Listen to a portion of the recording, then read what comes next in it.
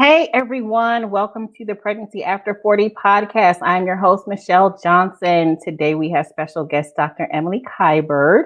Dr. Emily, she is a chiropractor. She'll be talking to us about the importance of chiropractic care when you're trying to conceive as well as prenatally, and even after you have your baby. And she will also be talking about Hashimoto's, which is a thyroid condition, which is very common for women after they've had babies.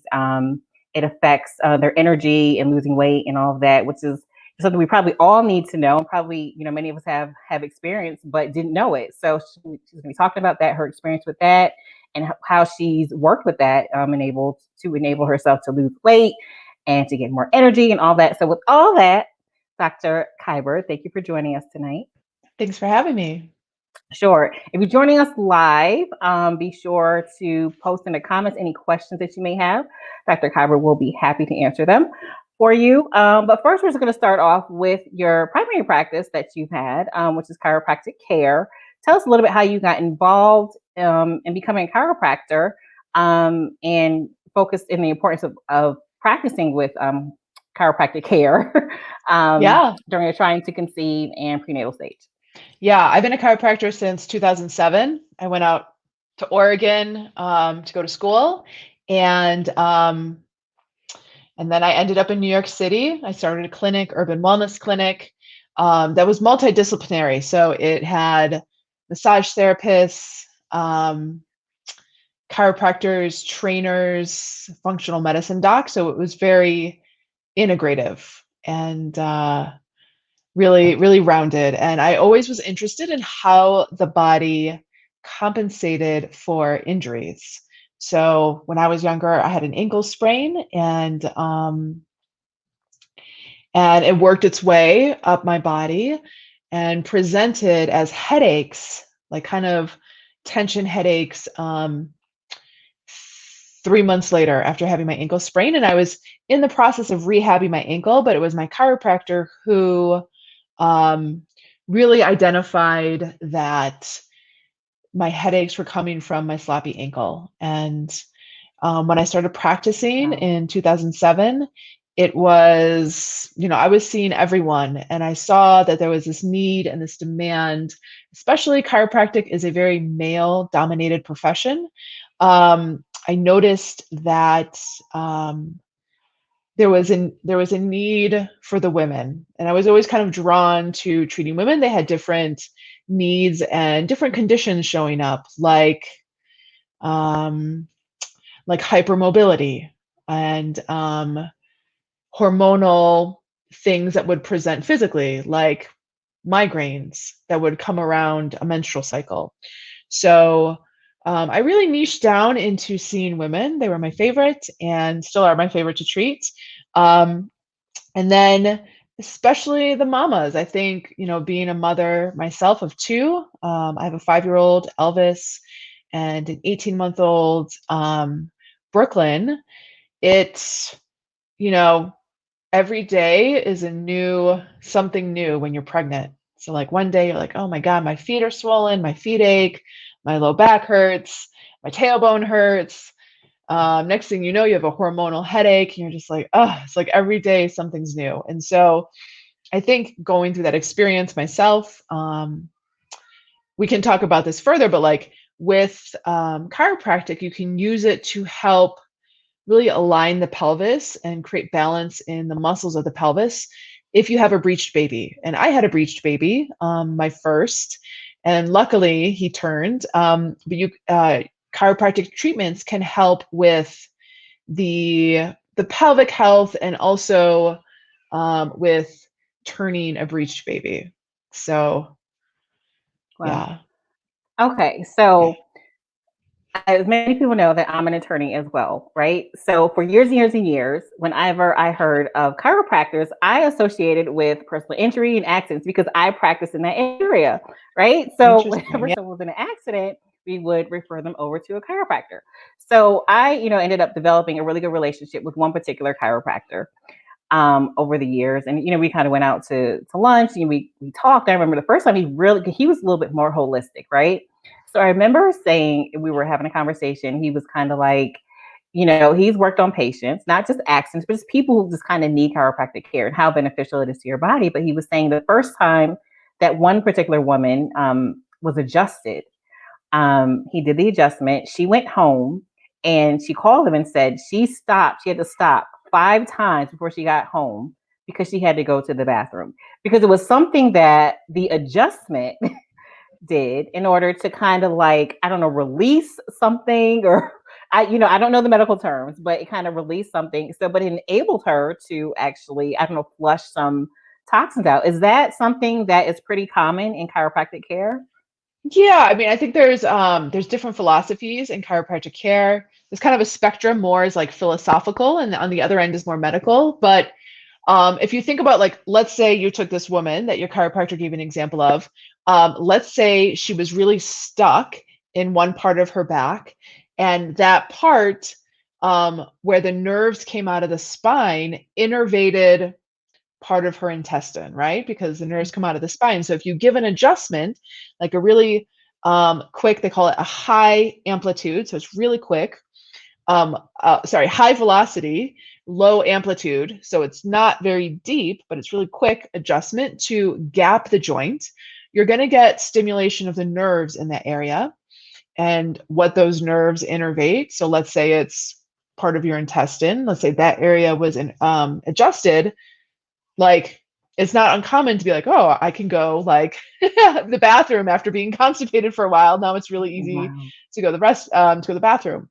Um, I think, in my focus, especially with working with women, is movement. Where is there not enough movement? So like, where are we stuck? For example, like if we sit all day and we're on the computer and we're kind of like stuck in our neck, and then where are we there's too much movement, which happens in sometimes women, definitely women more often than men, where there's a kind of like an element of hypermobility, which could be like the back is really swayed, or the knees hyperextend, or if you're like in a down dog, your elbows will hyperextend. So I like to focus on that element in terms of adjustments, because the adjustment is like the ultimate gapping release, the ultimate kind of creating mobility in a joint. So you want to be really specific, right? You don't want to adjust a joint that's too mobile or sloppy.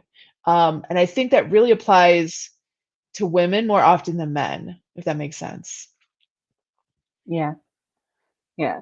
So, okay. Um, I know for me, again, I didn't necessarily take being adjusted or visiting a chiropractor seriously until I had my son. I was pregnant with him at 41.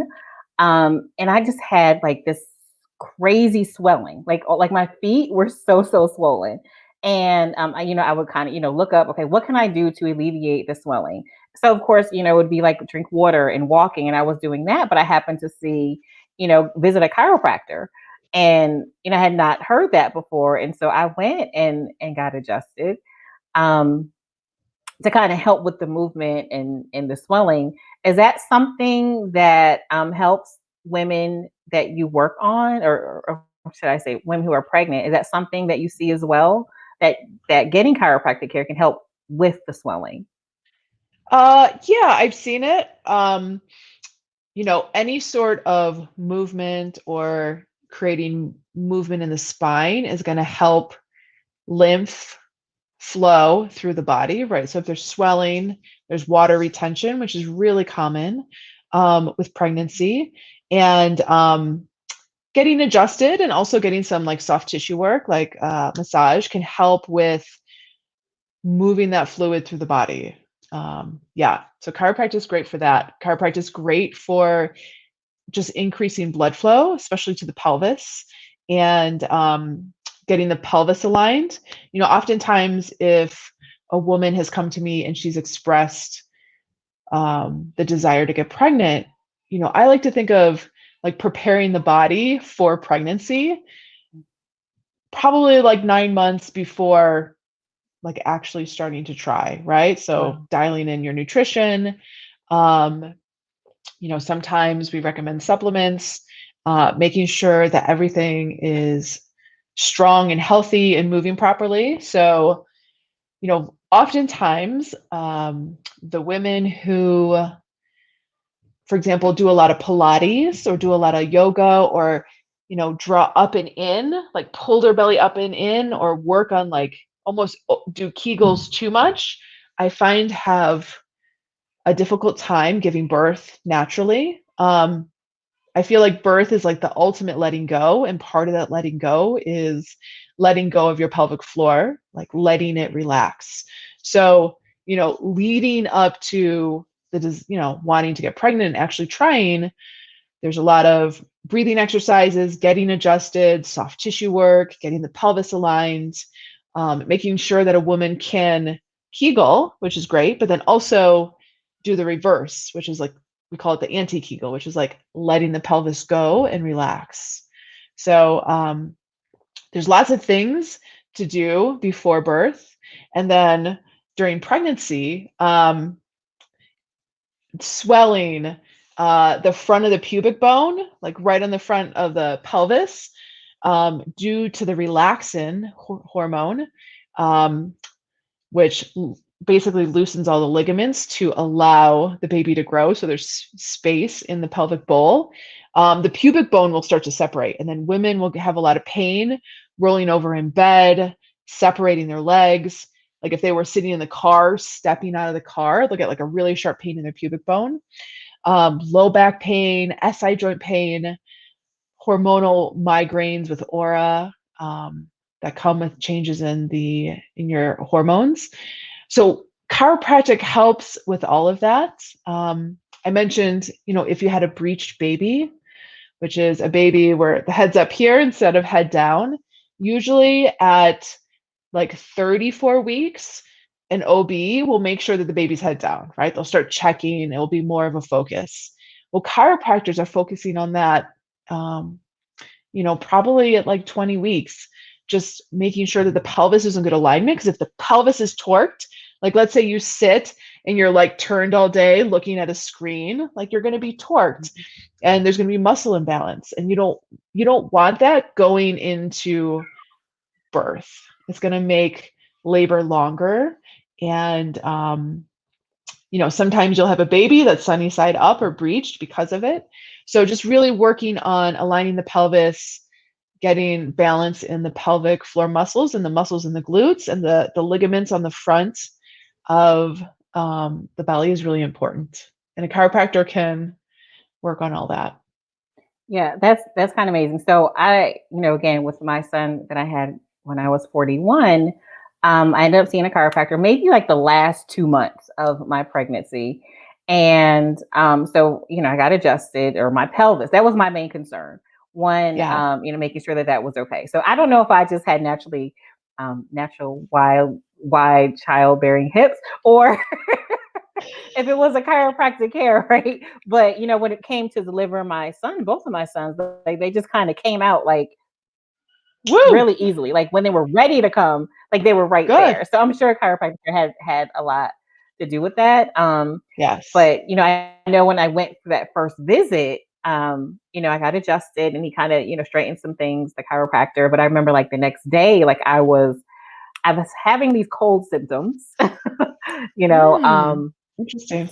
so, I went back like the next week and, I asked the guy, I was like, is it kind of normal for me to be kind of like achy, and sniffling? And he, was kind of like, well, yeah, that's normal. Because again, a lot of things have been adjusted and released and loosened. And so again, it's just a way of those toxins just kind of leaving your body. So, like, I don't want anybody to freak out like now if they go get chiropractic care and they experience those things. Because, we've got COVID. Like, I don't want people to think like, they've got something because of that.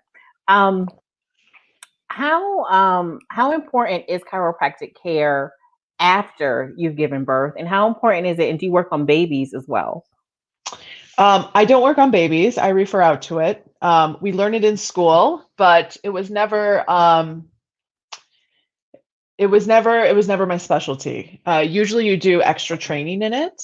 But I do love treating the postpartum moms. I mean, if you think about all the positions you're in when you give birth, whether it's a natural birth, whether you've had a C-section, and I've treated a lot of women with C-sections where you actually have to like soften the scar, right? Because a C-section is like major abdominal surgery. And that can really destabilize your core, make your core really weak. So afterwards, it's a lot of getting the pelvis in line, working on the asymmetries. And even just like breastfeeding, we all have like a dominant side that the kid likes and a side that's always harder. Mm-hmm. And so if you're like always holding the baby one side, things are going to be twisted, right? And you're going to feel that. I have a lot of moms who, with breastfeeding, like you're always hunching over your baby, so they get Mm-hmm. tightness in their upper back and their shoulders and their neck. And just like the physical act, like that labor, however long it was, mine Mm-hmm. was like 12 hours for the first and like 6 hours for the second. Um, like things get out of whack. I think it's important, if babies are showing signs of like any sort of like torticollis, like where they like can't turn their head, they're always hanging their head one way. Um, to get adjusted. If you think about a head, most babies natural birth, they come out like a little cone shaped head Mm-hmm. because they have to make their way out of the canal. Um, like any sort of like sacrooccipital technique, which is really gentle or getting adjusted, um, is really helpful. Um, I usually have babies like if they present with something to get them adjusted, but some, chiropractors like their baby comes out and they're like adjusting their baby first day. Mm-hmm. That was not me, just because I wasn't trained with additional training in it. Um, but I think there's lots of things post birth, right? So if you think about our baby is like this large abdominal weight and we get a sway back, right? Well, once we have the baby, it doesn't just bounce back, right? You see a lot of women, especially because when you carry a baby, we kind of like lean back or shove our hips forward to kind of counterbalance the baby, right? Like if we're burping them. So, um, that sway back can create separation in our abdominal muscles in our six pack called a diastasis recti. So, chiropractic care, I do a lot of massage in addition to get to doing adjustments. Um, Really helps just like the body bounce back faster. Yeah. Okay. So, how long after birth is it recommended that a woman go see a chiropractor? Like, how soon can she go after having a baby? Yeah, I've seen a woman 1 week after birth. I think it's really what is comfortable for the woman leaving her house, leaving her baby. Um, in some cultures, it's like 40 days, it's you and your baby, right? Mm-hmm. Um, like in like Chinese culture. That's a really big thing. So I've seen women 1 week after, I've seen women 4 weeks after. There's no kind of like um, hard set rule. I think it really depends on, can the woman get care for their kid, so that they can step away, and then do they feel comfortable doing that? And um, yeah, I think some women feel pretty good after birth, and then they'll come to me like after their Mm-hmm. 6 week checkup. Okay. Yeah. Yeah, that's what I was asking. Usually you hear 6 weeks so often, 6 weeks if you had a vaginal birth or 8 weeks before you can do anything. So I was wondering if it was the same timeline as far as chiropractic care. Okay, so we've got all the goods on chiropractic care for when you're trying to conceive and when you're pregnant, postpartum. I'd like you to talk about your personal story about Hashimoto's and how you realized you had it, you discovered it, what kind of effect it was having on you, and what you did about it. Yeah. So there's a percentage of women who, after they have a child, they're hypothyroid. Their thyroid, it's this little gland, it's like a little butterfly gland, um, is underactive. And thyroid hormones are involved with every single metabolic process in the body. And pregnancy is a stressor on the body. It suppresses our immune system. So a lot of women, their thyroid will be hypo, it will be underactive, it'll be kind of sluggish. And so symptoms of that, of like postpartum thyroiditis. So it's like post-birth, like inflammation of the thyroid a little bit, will be extreme fatigue, difficulty losing weight, a little bit of hair loss, right? Hair here, and then like the outer third of your eyebrow. Sensitivity to cold, like they'll just be cold all the time. Brain fog. So if you think of those symptoms, like I'm really tired, most people are going to tell you, yeah, you have a new child that's probably not sleeping. I'm having a hard time losing the baby weight. Yes, you just had a baby. My brain's a little foggy. People are gonna be like, yeah, you're probably not sleeping. And, a lot of women have hair loss after they give birth. So I was experiencing all those symptoms after my first.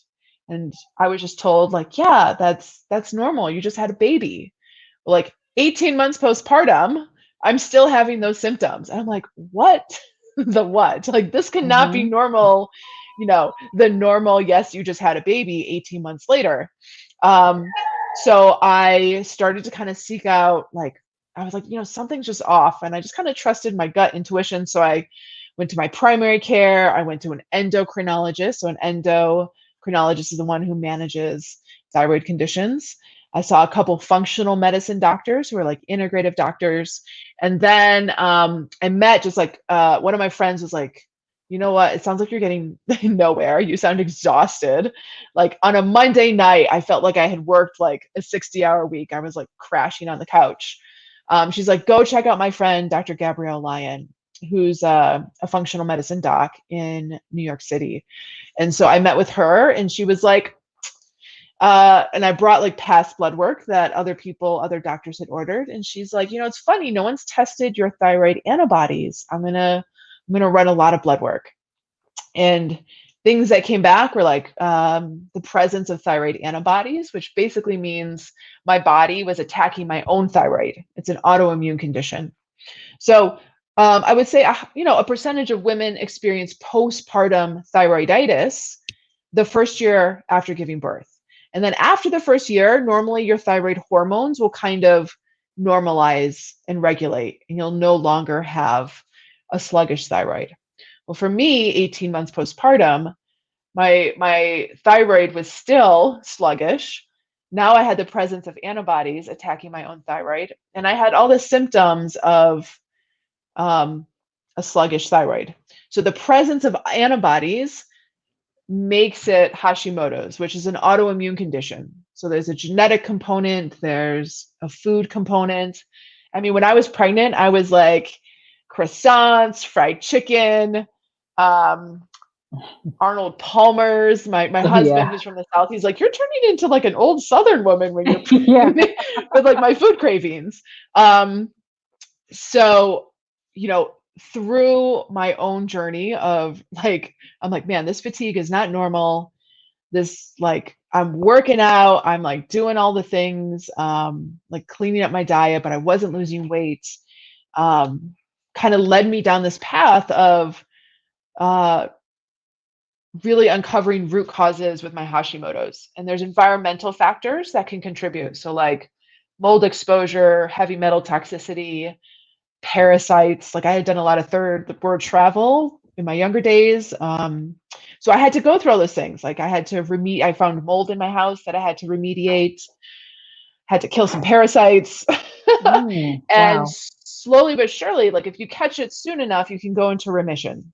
About 20% of women go into remission, which means they don't have a presence of thyroid antibodies.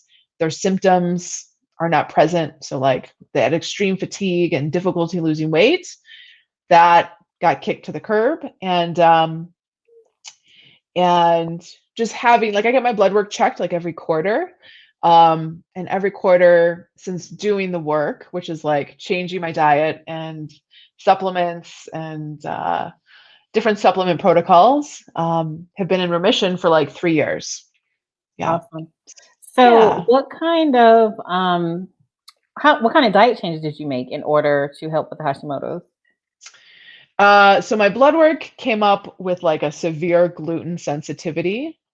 So I cut out gluten. Kind of did like a full elimination diet, which is like gluten, dairy, soy, corn. I cut out any sort of grains, alcohol, and then also another component of like a low histamine diet, which would be like things that aren't fermented. So I don't eat like kimchi or like I don't eat like jerky or dried fruit. And then there's certain vegetables and fruits that are also considered high histamine, which would be like bananas, avocados, tomatoes, strawberries. So I don't eat those either. So I mean, I basically eat like steak and veg. Okay, because I'm gonna ask, like, that's all the good stuff. Yeah, I know. You're like, no Right? fun. Elimination diet, no fun. But I So, haven't had gluten in like 5 years. If something has gluten in it, like I used to be like super foodie in New mhm, York, and having to change my diet meant realizing that like I can't go out to eat all the time because you can't control what's in your food. mhm. So if I ate something that I didn't know had gluten in it, I'd get like a headache. Um, Really? so yeah, so now it's like protein. I really focus on my protein intake. So like 30 grams per meal. And if women are like, what's 30 grams? That's like 5 eggs, um, Mm, like 6 to 8 ounces of beef. So I really focus on hitting my protein because that helps with our muscle, like mhm, maintaining our muscle mass, mhm. which we lose as we age, and we also lose when we're hypothyroid. And I also focus on strength training and every single decision in my day, and I think this comes with being a mom, is like every decision is around, can I be more present with my kids making this decision? Or is this going to make me mentally foggy or tired? So, like the time I go to bed, the kind of coffee I drink, what I Mm. eat. Because I know, like, even the timing of my eating. So, if I wake up and I eat first thing, I get foggy, like I feel tired. So I do like an 11 a.m. to 7 p.m. window of eating.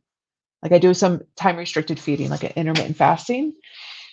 And I've really just tailored like every single thing that I do is like, is it going to make me be able to be present with my kids, or am I going to be more sluggish and brain foggy? So yeah. Wow. And I don't know if I Yeah. would do that if I didn't have kids. I kind of would just be like, yeah, I'll have that drink, I'll just whatever. deal with it later, right? Yeah, I'll just deal with it later because I could. Now I have to like wake up at 7 with my kids and be Right, like right. So, present is with them. Hashimoto's, is it something that is like can be treated, or is it just more so it's managed?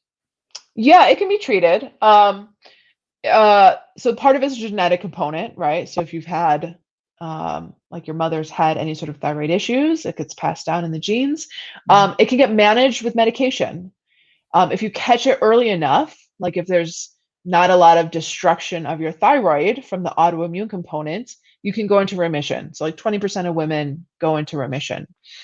I was on thyroid medication for about 6 months, and like I haven't taken anything in about 3 years. And I am all for like if you need medication, because I know some women are kind of like, oh, I don't like taking pills. I don't right, right. like if you want to feel optimized and you have a good practitioner you're working with that recommends medication, like take the medication. You're going to feel better. Like you don't have to suffer just so you don't have to like take a pill. So, Yeah. yeah. That's crazy, because I didn't know that I actually didn't know about any of this, but I do Yeah. remember after having my son, at 41, I went in for my 6-week postpartum visit. My doctor was feeling he was like, "Oh, your thyroid seems kind of swollen a little bit, like not a lot, but we're gonna send you over to get it checked out just to make sure everything is okay." And it was just Yeah. odd to me because I'd never heard that before. But now, talking to you, it makes so much more sense. And I didn't know how prevalent it was in women after having a baby. And I guess because of all the hormones and, all of that. Yeah. Yeah, yeah, for sure. And it's interesting because a lot of OBs will only check one marker. They'll only check TSH, thyroid stimulating hormone. Mhm, And the normal range is very broad. It's like zero point 0.7 to 10 is considered like normal. mhm, But so sometimes it won't get picked up. But if you really look at like the more optimal range, Um, and you do other tests, like really a full thyroid panel, with also including antibody tests. So there's about 6 different lab markers. You'll really get a better picture. But it's interesting because like conventional medicine doesn't typically, they only usually test one of the 6 markers. So Okay.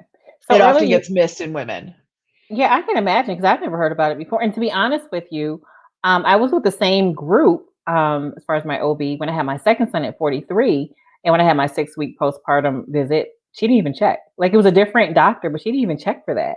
So I mean, I guess it kind of really depends on the doctor. So that's just another thing, ladies, that we have to be diligent on. Like after we have our babies, making sure that's tested so we know and we're not experiencing like prolonged tiredness and fatigue and holding on to that baby weight. So I mean, it's good to Yeah. know. I'm so glad you were on here to even to talk about that.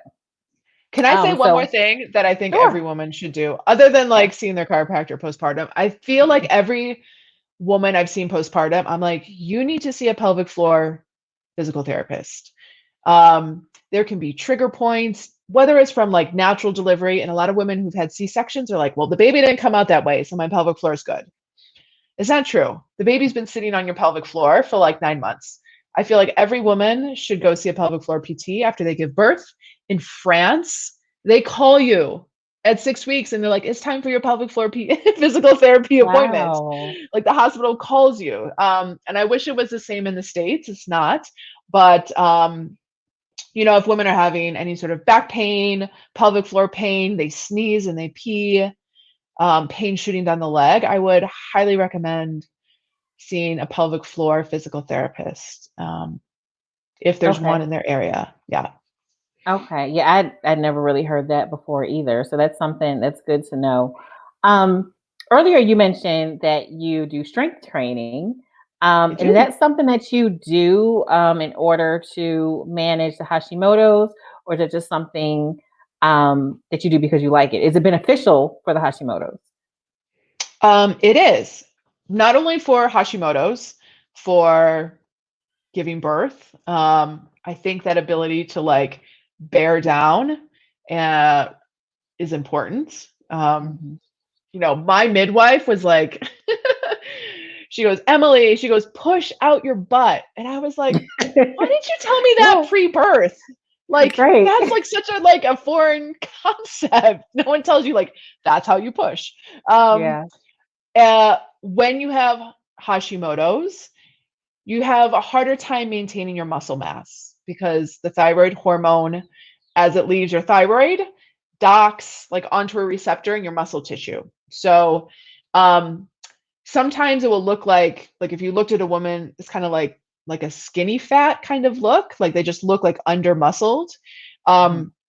So that's why it's really important to strength train to maintain your muscle mass. It also helps with the turnover of your thyroid hormone.